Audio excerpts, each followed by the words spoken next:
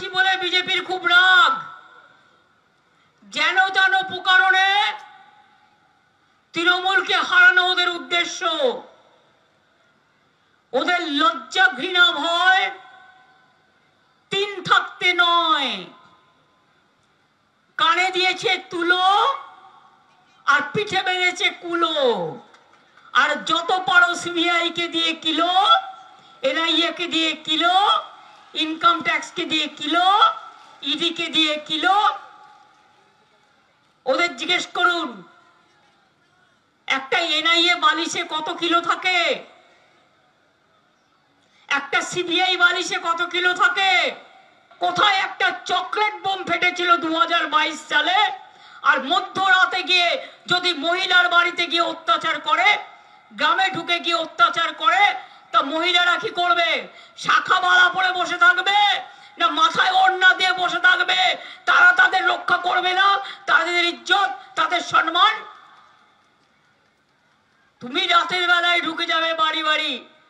তৃণমূলের সব বুথ প্রেসিডেন্টকে গ্রেপ্তার করতে হবে, তৃণমূলের সব এজেন্টদের গ্রেপ্তার করতে হবে। ইলেকশন কমিশনকে দিয়ে আমরা চাই ইম্পার্শিয়ালি কাজ করুক। আমরা বিজেপি ইলেকশন কমিশন চাই না। রাজ্যের অফিসারদের চেঞ্জ করে দেবে। অত্যাচারী ইডিকে কেন চেঞ্জ করবে না? অত্যাচারী সিবিআই কে কেন চেঞ্জ করবে না? অত্যাচারী ইনকাম ট্যাক্স কে কেন চেঞ্জ করবে না? অত্যাচারী এনআইএ কে কেন চেঞ্জ করবে না? যত দোষ রাজ্যের বেলায়। রাজ্যের লোকেরা দুর্গা পুজো করবে, প্রোটেকশন দেবে, রমজান করবে, প্রোটেকশন দেবে, আদিবাসী ভাই বোনেরা প্রোগ্রাম করবে, প্রোটেকশন দেবে, সংখ্যালঘুরা প্রোগ্রাম করবে, প্রোটেকশন দেবে, তপশিলীরা কাজ করবে, প্রোটেকশন দেবে, খেলাধুলায় প্রোটেকশন দেবে, সংস্কৃতিতে প্রোটেকশন দেবে। সবকিছু করবে রাজ্য পুলিশ। আর ইলেকশনের সময় চলে আসবে বিএসএফ, সিআইএসএফ, সিআইপিএফ আর গুলি চালাবে। আগের বারে আমি শুনেছিলাম হিলিতে ভোটার লাইনে বিএসএফ লাইন করাচ্ছিল। আর একটা কথা মনে রাখবেন, এটা ওদের কাজ নয়। আর 2 ভোট হয়ে যাওয়ার পর ভালো করে পাহারা দিতে হবে। বিজেপি প্ল্যান নম্বর 1, যারা পাহারা দেবে তাদের টাকা দিয়ে কিনে নেওয়া। 2, কিছু খাওয়ানোর নাম করে ঘুম পাড়িয়ে দেওয়া।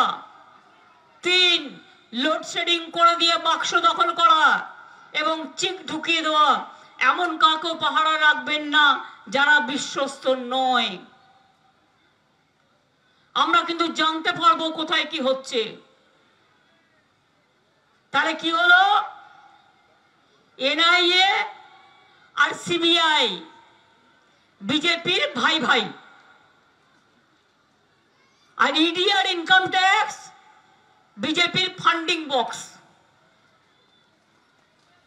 জোর করে টাকা তুলছে আর বিজেপির ফান্ডে দিয়ে দিচ্ছে।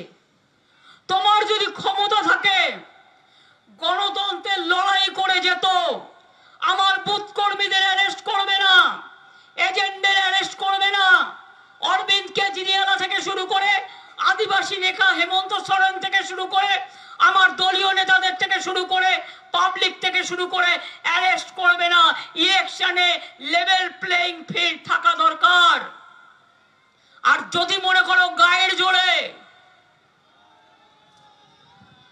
ওই আপনাদের এখানে কুশান্ত বাবু, আপনাদের ওখানে গদ্দার যা বলবে তাই করতে হবে, তাহলে জেনে রাখবেন ভারতবর্ষের গণতন্ত্র পৃথিবীর সবচেয়ে বড় গণতন্ত্র।